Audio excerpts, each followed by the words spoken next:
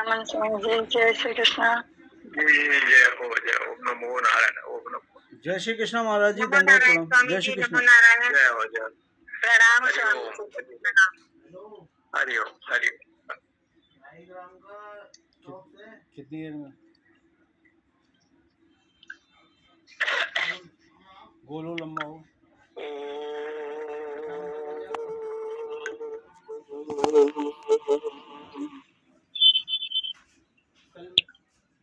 वसुदेव सुतं देवं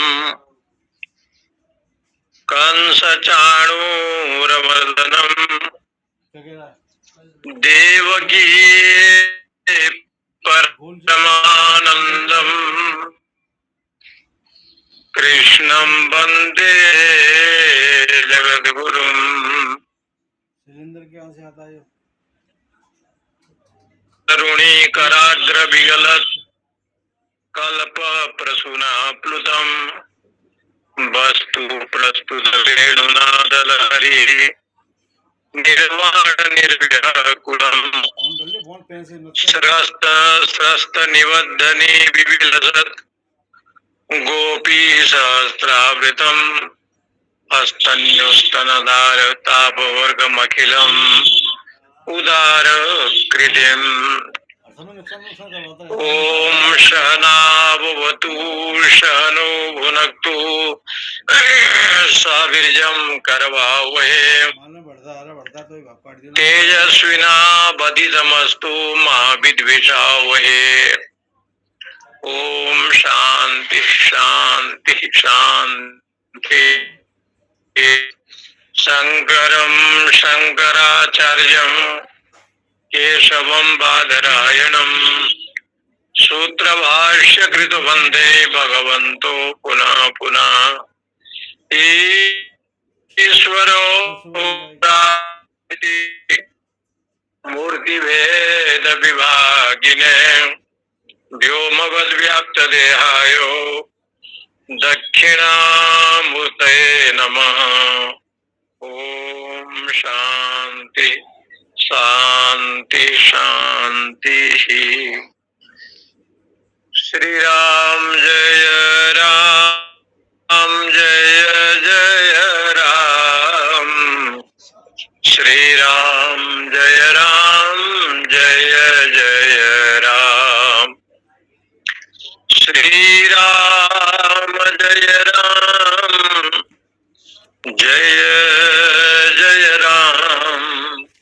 श्री राम जय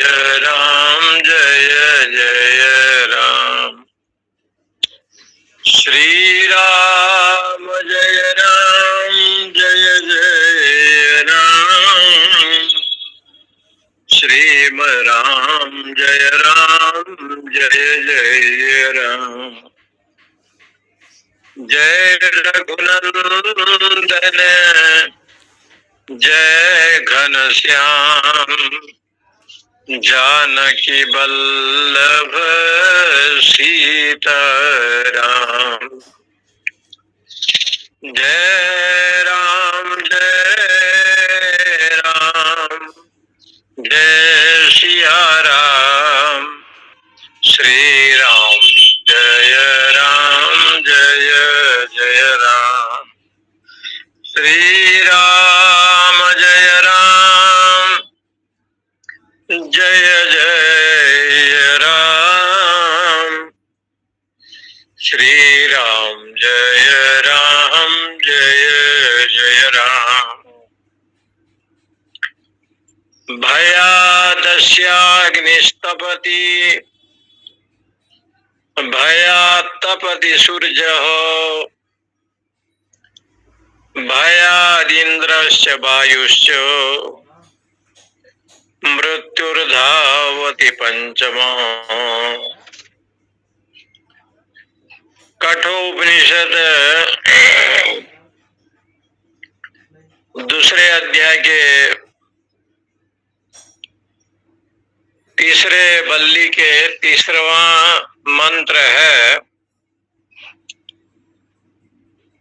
भयाद अस्य अग्नि तपति। भयात् तपति सूर्यः भयाद् इंद्रस्य वायुश्च मृत्यु धावति पंचम। यहाँ पर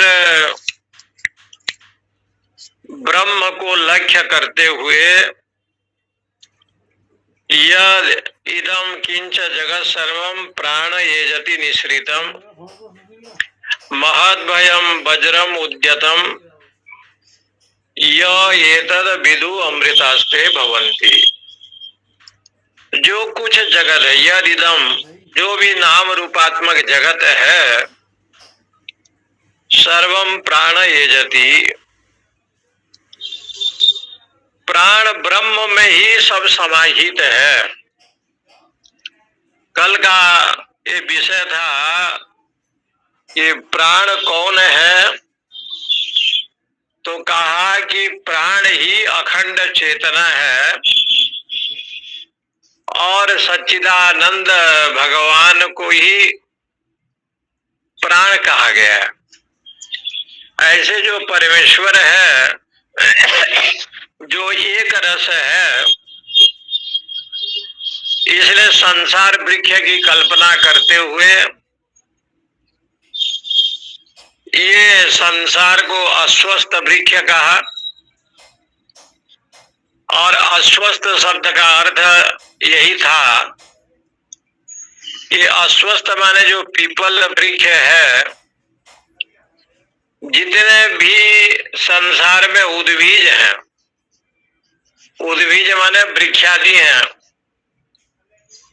उसमें एक पीपल वृक्ष प्रकृति ने ऐसे बनाया है जिसका बड़ा आश्चर्य है। पीपल के जो बीज होते हैं, वो बीज को जब पक्षियां खाती हैं, और पक्षी तो उड़ जाते हैं, उड़ते रहते हैं, कहीं भी बढ़ जाएंगे, और वो जहां भी वो पक्षियां उसको बीट कर देंगे, वहां पर जो है ना, ये पीपल का पेड़ जो है ना उग जाता है, पीपल का वृक्ष हो जाता है। जैसे देखते हैं घरों में भी, महल है, बिल्डिंग है, छत में भी कहीं कहीं कोने में पीपल का वृक्ष जो है आ जाते हैं। उसमें विशेषता ये है कि पीपल के बीज को जब पक्षी खाता है वो बड़ा स्वादिष्ट होता है। पीपल के जो बीज होते हैं बहुत स्वादिष्ट होता है, लोग खाते हैं, लेकिन पक्षियां जब खाती हैं और बीट करती हैं तो पेड़ वहां आ जाते हैं। ऐसे जो पीपल वृक्ष की जो एक महानता है, इसी प्रकार से ये शरीर रूपी जो अस्वस्थ वृक्ष है, पीपल वृक्ष है, और इसका जो बीज है अविद्या, काम, कर्म, वासना, ये संसार का बीज है। न रूपमस्येह ततोपलभ्यते, जिसका आदि भी दिखाई नहीं पड़ता है और अंत कब होगा ये भी दिखाई नहीं पड़ता है, कब ये प्रकट हुआ, जन्म लिया, ये भी दिखाई नहीं पड़ता है, और इसका अंत भी दिखाई नहीं पड़ता। जिसका आदि नहीं है उसका अंत क्या होगा? इसलिए उन्होंने कहा न रूपम अस्य यह लभ्यते, इसका कोई रूप नहीं है। अविद्या का, काम का, कर्म का, ये संसार का कोई रूप नहीं है। संसार क्या है तो कहा अविद्या से ग्रस्त जो प्राणी हैं, अज्ञान से, इसको समझाया गया है कि शास्त्रों में ये अविद्या कहां से आया। जैसे सूर्य का उदय होता है लेकिन बादल आ गए, और घनघोर बादल आ गया, सूर्य को ढक लिया, इसी प्रकार से जब प्राणी भगवान से विमुख होकर के, आध्यात्म ज्ञान से रहित होकर के, जब केवल संसार का विषय का ही चिंतन करता है, भोगे ऐश्वर्य प्रसक्तानाम तया प्रहित चेतसाम व्यवसायित्मिका बुद्धि ही समाधो न विधीयते।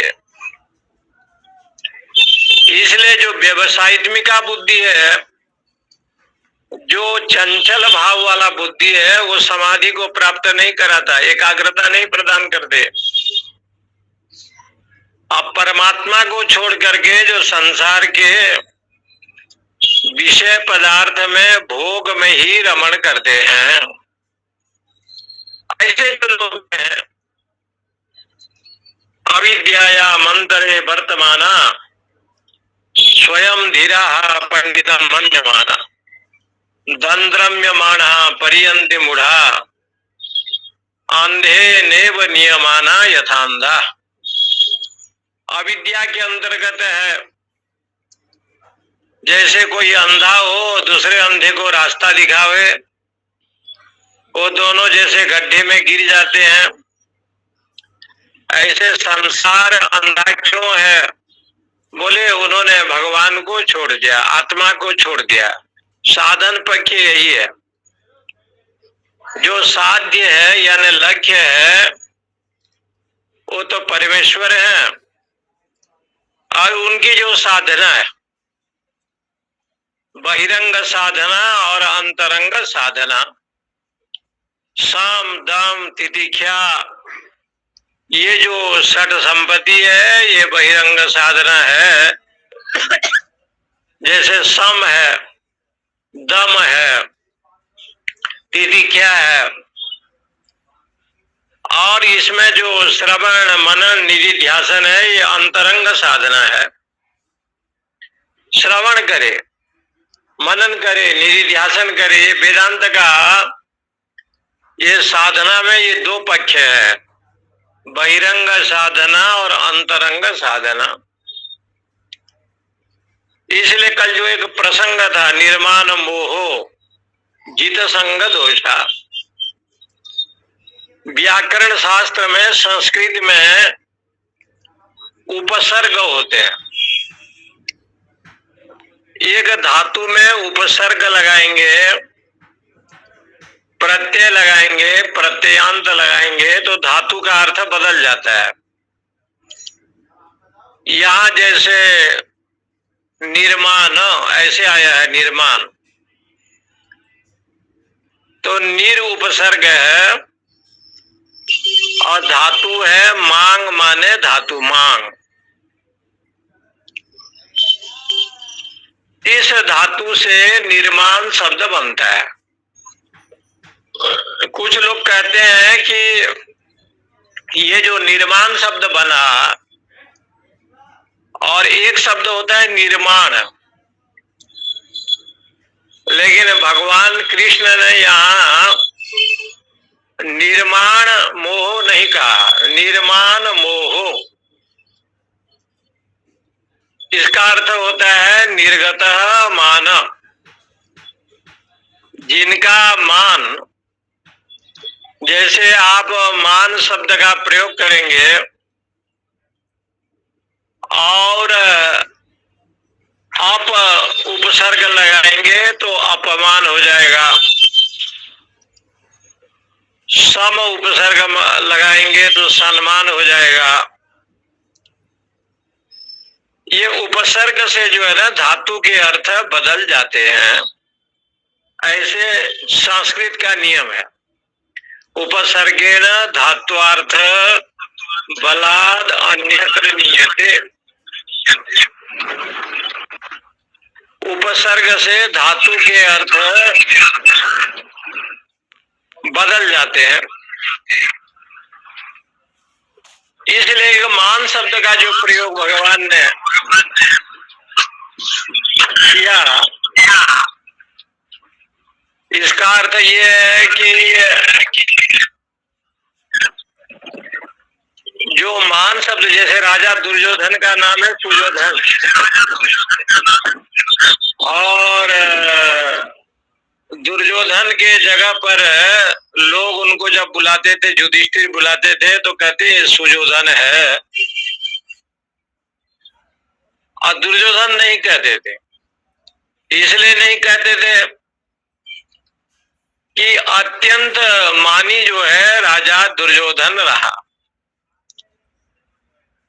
इसलिए मान सम्मान प्रतिष्ठा ये जितने भी आते हैं, गोस्वामी तुलसीदास जी ने कहा है कि मैं सुख संपत्ति बिन ही बोलाए, धर्मशील पही जाहि शुभाए। धर्मात्मा के पास मान भी आता है, सम्मान भी आता है, प्रतिष्ठा भी आता है, जस भी आता है, कीर्ति भी आता है, अनेक प्रकार से रिद्धि सिद्धि भी प्राप्त होते हैं। इससे क्या होता है कि जीव का अहंकार बढ़ता है। अहंकार, कृष्ण को भगवान कहा गया है, कृष्णस्तु भगवान स्वयं। ऋषियों ने 16 कला से युक्त भगवान कृष्ण को बताया। कृष्ण को पूर्ण अवतार कहा जाता है, और कृष्ण को भगवान वेदव्यास ने जगत गुरु कहा। कृष्णम वंदे जगत गुरु। वेदव्यास जी का ये श्लोक है, वसुदेव सुतम देवम कंस चाणूरमर्दनम देवकी परमानंदम कृष्णम वंदे जगत गुरु। परंतु भगवान जगत गुरु भी हैं, पूर्ण अवतार भी हैं, 16 कला से युक्त भी हैं, और संपूर्ण ज्ञान, ऐश्वर्य, धर्म, यश, श्री और तेज, संपूर्ण जो ऐश्वर्य है उसके मालिक भी आप हैं। भग माने हो गया षड ऐश्वर्य। षड ऐश्वर्य से संपन्न परमात्मा वासुदेव जी हैं। कहा कि महाराज आपके पास तो सब कुछ है, लेकिन आप कितने महान हैं कि दुर्योधन की मेवा त्यागो, साग विदुर घर खाई। युधिष्ठिर राज सूय यज्ञ किन्हो, तामे जूठा न उठाई। युधिष्ठिर के राजसूय यज्ञ में आपने जूठा उठाया, पत्तल उठाया, और जो साधु ब्राह्मण महापुरुष लोग भोजन करते थे, भगवान ये सेवा लिया था कि सबके पत्तल दोना भगवान उठाते थे, साफ करते थे। महाराज युधिष्ठिर के राजसूय यज्ञ में। अब देखिए भगवान कितने महान हैं कि आपके पास तो मान भी नहीं है, बिल्कुल थोड़ी सी मान नहीं है कि मैं भगवान हूं, मैं योगेश्वर हूं, मैं पूर्ण अवतार हूं। श्री कृष्ण के पास सब कुछ है। न मैं पार्थास्ति कर्तव्यम त्रिषु लोकेषु किंचन नान वाप्तव्यम वाप्तव्यम वर्त एव च कर्मणि। ऐसे मेरे पास कोई चीज नहीं है, ये नहीं है, सब कुछ। न मैं पार्थास्ति कर्तव्य, मुझे कुछ करने की जरूरत नहीं है, मैं तो अकिंचन हूं, महायोगेश्वर हूं। तो बोले कि आपके पास कुछ है, सब कुछ है, लेकिन सब कुछ होने के बावजूद भी अर्जुन के सारथी भी आप बन गए, और युधिष्ठिर के राजसूय यज्ञ में आपने पत्तल दोना उठाया। इसका नाम पड़ गया निर्मान, जिसमें मान तनिक भी, थोड़ा भी जिनमें मान नहीं है। क्योंकि मान सम्मान प्रतिष्ठा एक ऐसी चीज है, वो अहंकार को जन्म देते हैं।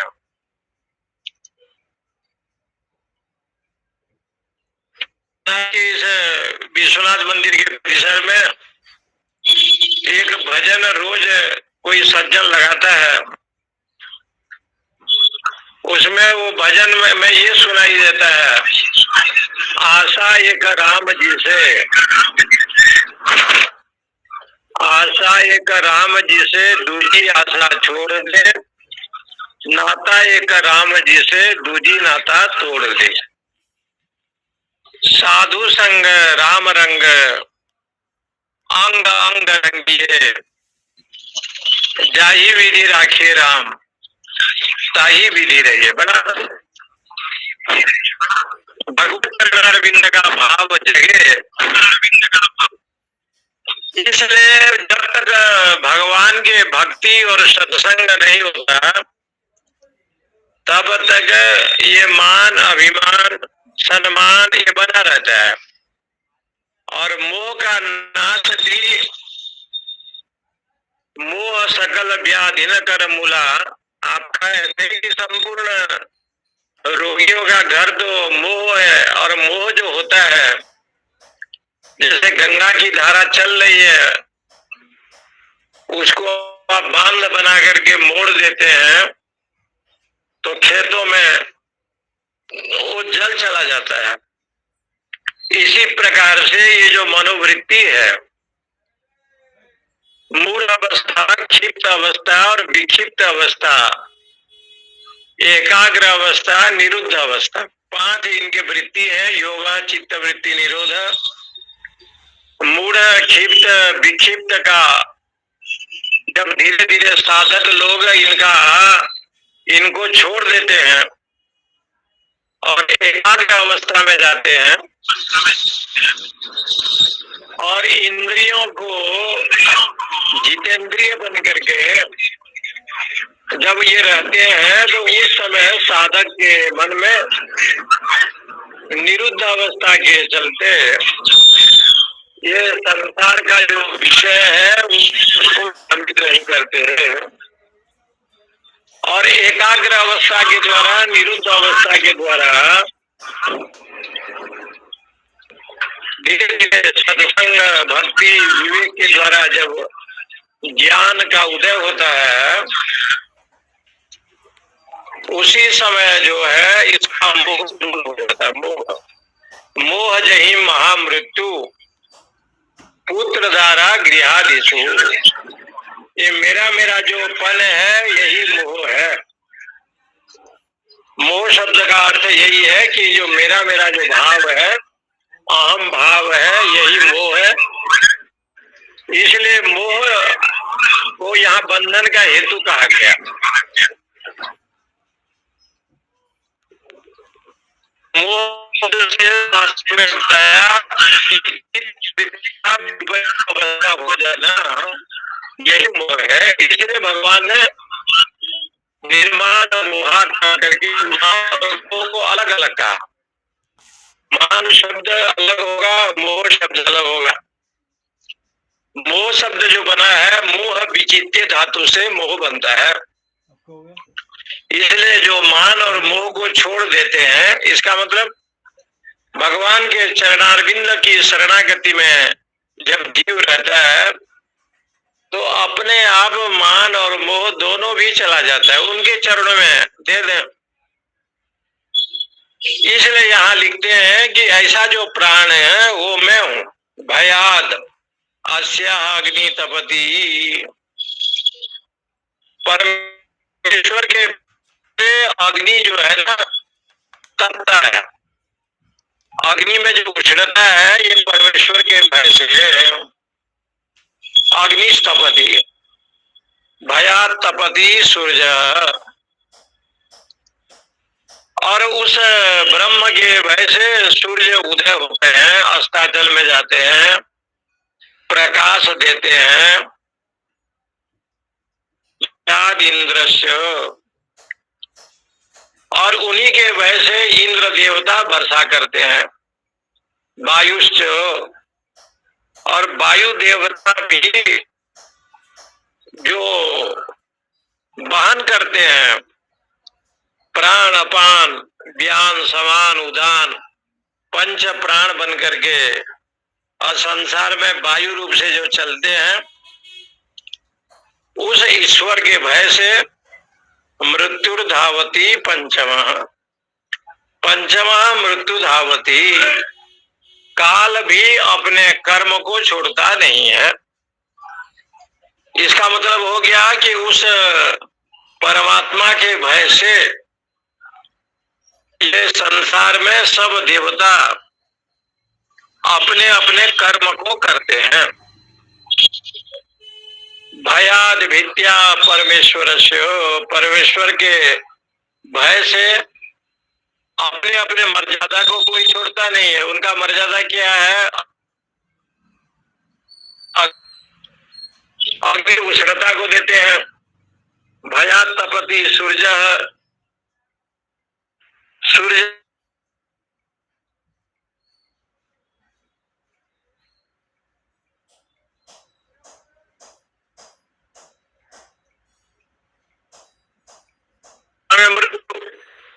अपने अपने मर्यादा के अनुसार सब लोग चलते हैं। नहीं ईश्वर समाधानाम सताम नियंता। यदि ये समर्थ नहीं होते परमात्मा,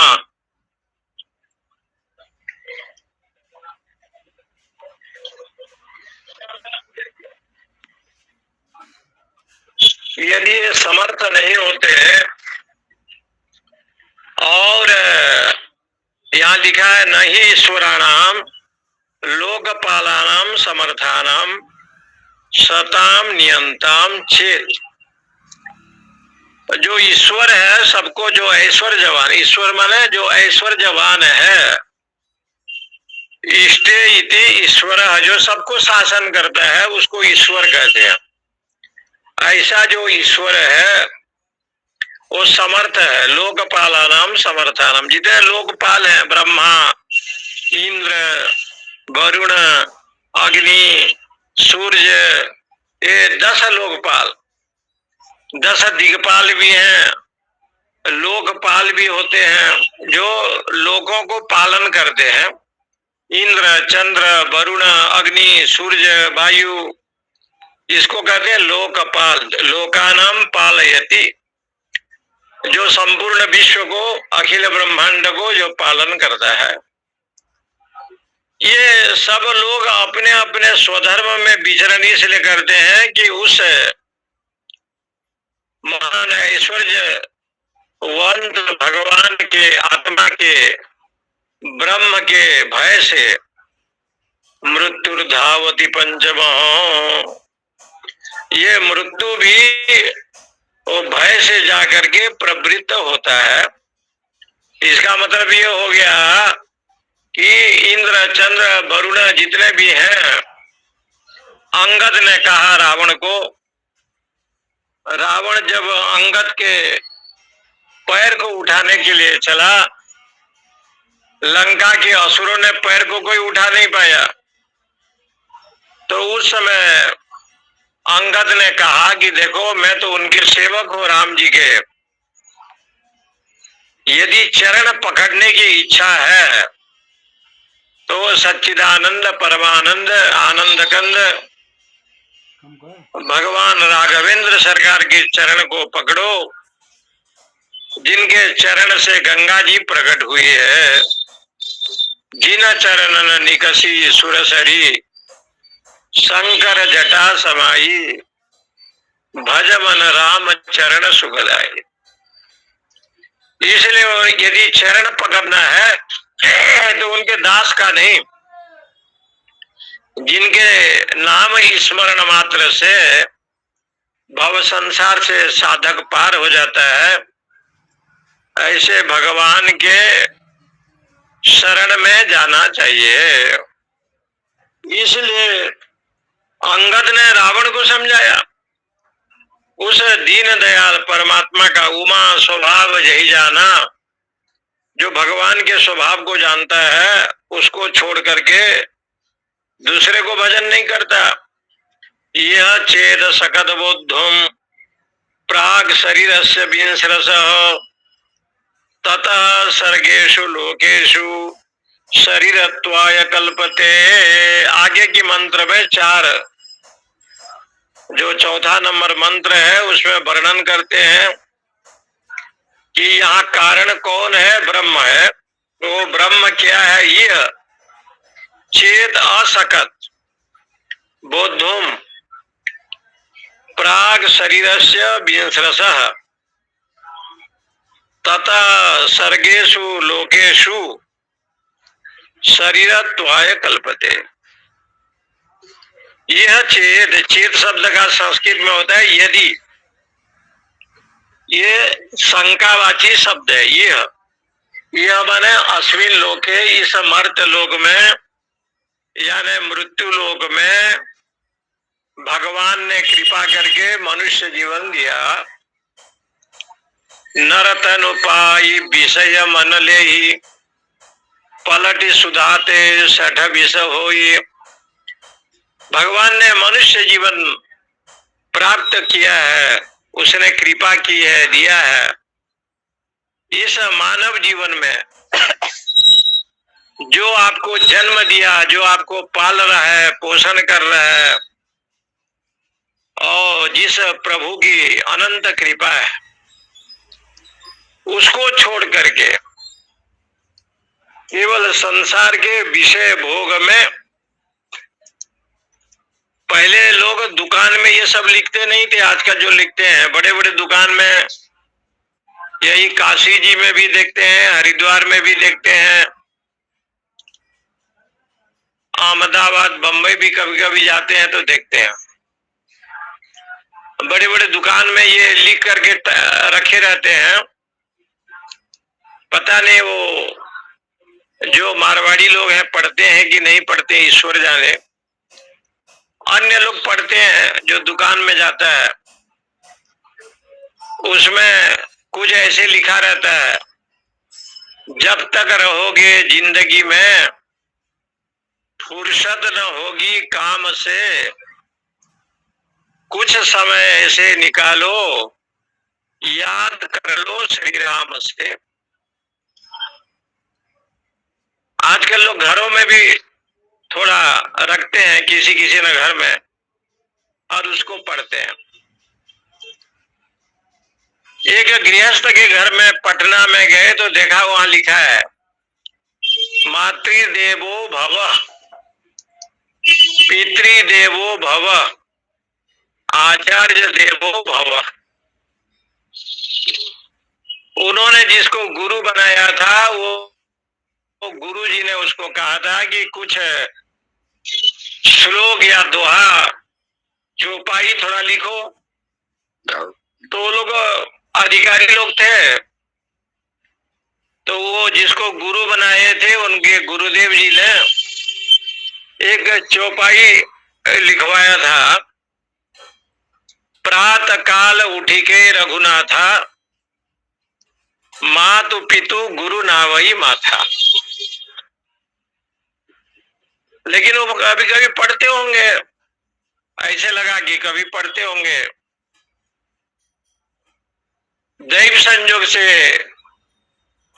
पटना जाना हुआ और उसी घर में रहना हुआ एक दिन।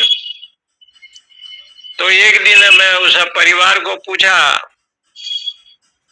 कि आप लोग बड़े बड़े अधिकारी हैं, डीएम पोस्ट पर हैं, आपके गुरु महाराज ने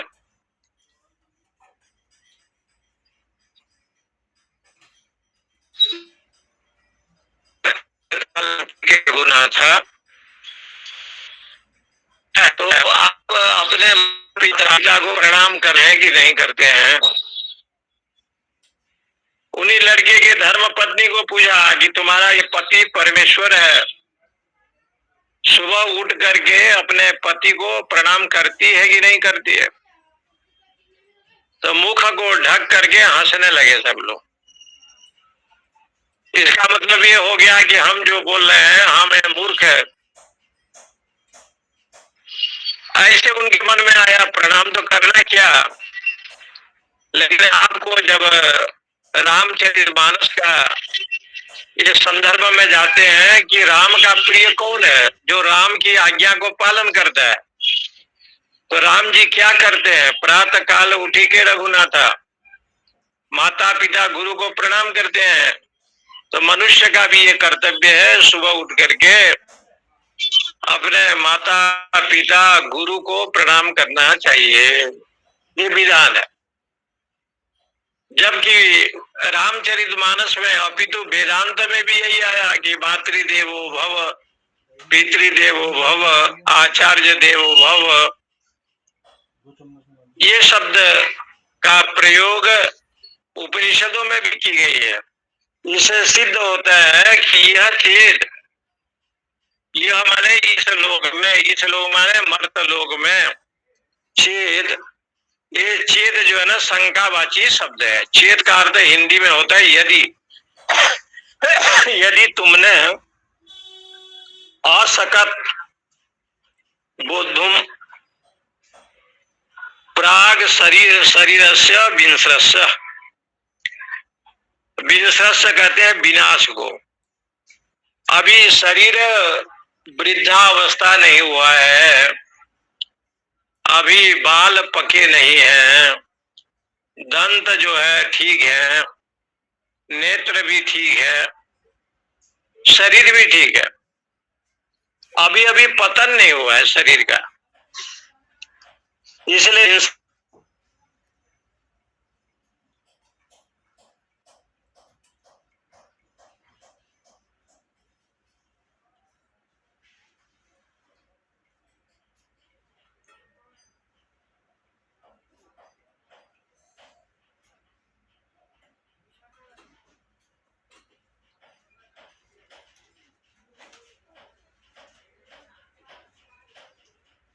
बस इतनी खाऊंगा कितनी।